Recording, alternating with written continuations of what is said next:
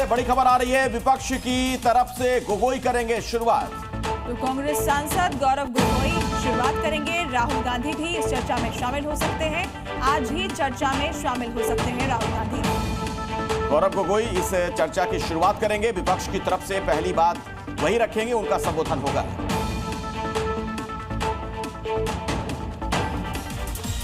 कभी कोई मंत्री अपने ही विभाग की कमियों को जनता के सामने उजागर करे, ऐसा कम ही होता है। लेकिन यूपी के ऊर्जा मंत्री एके शर्मा इस मामले में बिल्कुल उलट माने जाते हैं। काम ना करने वाले अधिकारियों की अक्सर क्लास लगाने वाले एके शर्मा ने एक बार फिर अपने ही एक अधिकारी की कारगुजारी को सार्वजनिक कर दिया है। मंत्री जी ने अपने एक्स हैंडल के जरिए बिजली विभाग के एक अधिकारी और एक उपभोक्ता के बीच की जानकारी का ऑडियो क्लिप शेयर किया है। कई घंटे के पावर कट के बाद बस्ती के एक उपभोक्ता भरत पांडेय ने बड़ी उम्मीदों के साथ बिजली विभाग के एसआई को फोन किया था। मंत्री एके शर्मा इस घटना के सामने आने के बाद बेहद गुस्से में हैं और अधिकारियों को सुधरने की नसीहत दी है। कुछ दिन पहले विभागीय समीक्षा बैठक में भी उन्होंने अधिकारियों को जमकर फटकार लगाई थी।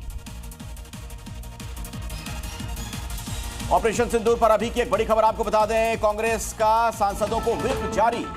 तो 30 जुलाई तक सदन में रहने के निर्देश दिए गए हैं। सांसदों को 3 लाइन का व्हिप जारी किया गया है और 30 तारीख तक सदन में मौजूद रहने को कहा गया है। तो ऑपरेशन सिंदूर पर चर्चा होनी है और इसी के मद्देनजर कांग्रेस के सांसदों को व्हिप जारी किया गया कि आप मौजूद रहें सदन में।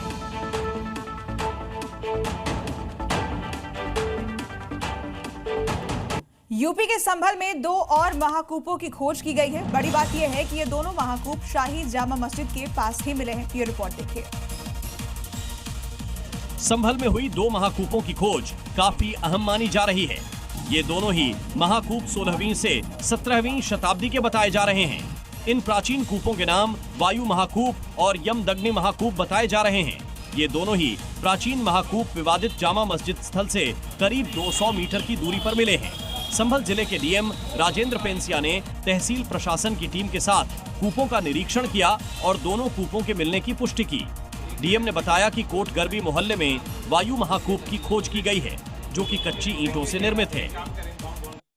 बड़ी खबर यूपी के बाराबंकी से, जहां पर जलाभिषेक के दौरान हादसा हुआ। करंट लगने के दौरान यहां पर भगदड़ मच गई।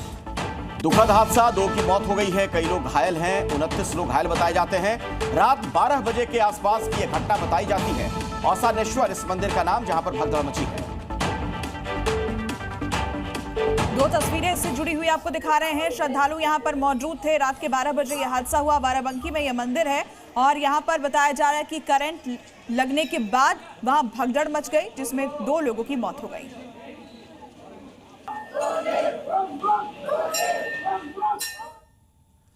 और अब अगली खबर, धर्मांतरण मामले में पुलिस ने एक पीड़िता का रेस्क्यू किया है, जिसने बताया कि कैसे उसका ब्रेन वॉश कर उसे हिंदू धर्म छोड़ने के लिए मजबूर किया गया। देखिए रिपोर्ट।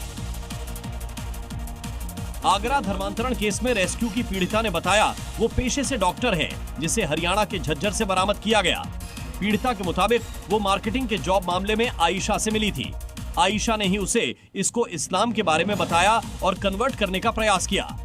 मैं ब्रेन वॉश की वजह से इस्लाम में आई हूँ। मैं धर्म परिवर्तन करा दिया और मेरा नाम भी चेंज कर दिया और फिर पुलिस की मदद से मेरे पापा जब मुझे यहाँ लेकर आए तो मैं इस ट्रैप से निकल पाई।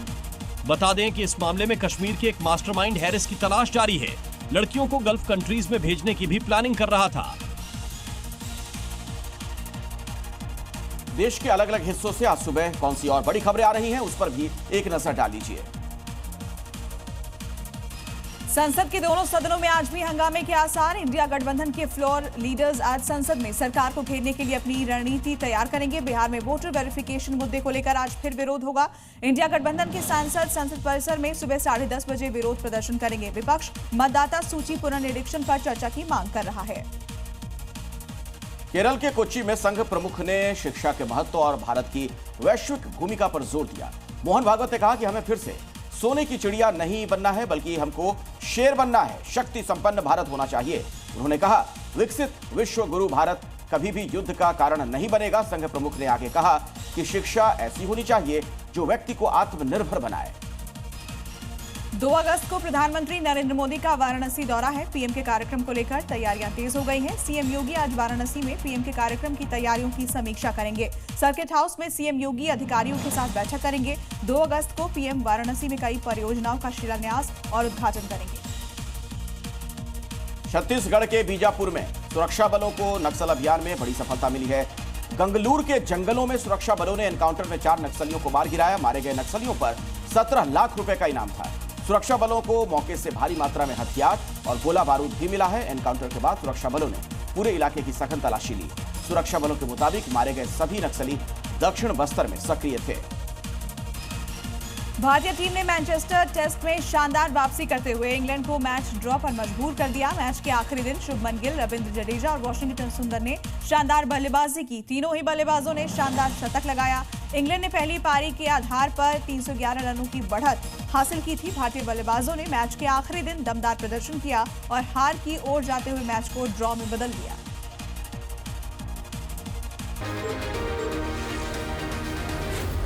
Zee News.